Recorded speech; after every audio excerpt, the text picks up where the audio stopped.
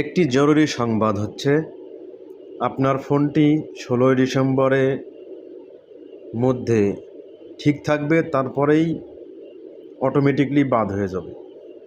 তো আপনার ফোনটি নিবন্ধিত আছে কিনা, বৈধ কিনা বাংলাদেশি, সেটা যাচাই করার জন্য আপনি চেক করতে পারেন। আপনার এমআই নাম্বার আগে প্রথমে বের করবেন,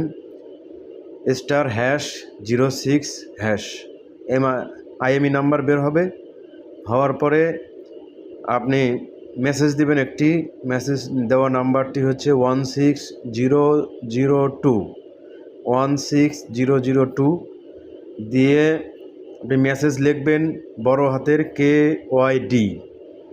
হাতের KYD, তারপরে আপনার আইএমই নাম্বারটি পেস্ট করবেন। ওখানে KYD দেওয়ার পরে স্পেস দিবেন, দিয়ে আইএমই নাম্বারটি দিবেন, দেওয়ার পরে সেন্ড করবেন।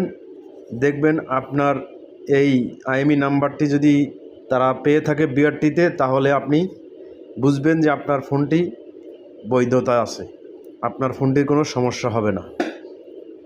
শিক্ষণীয় বিষয় শেয়ার করে দিন।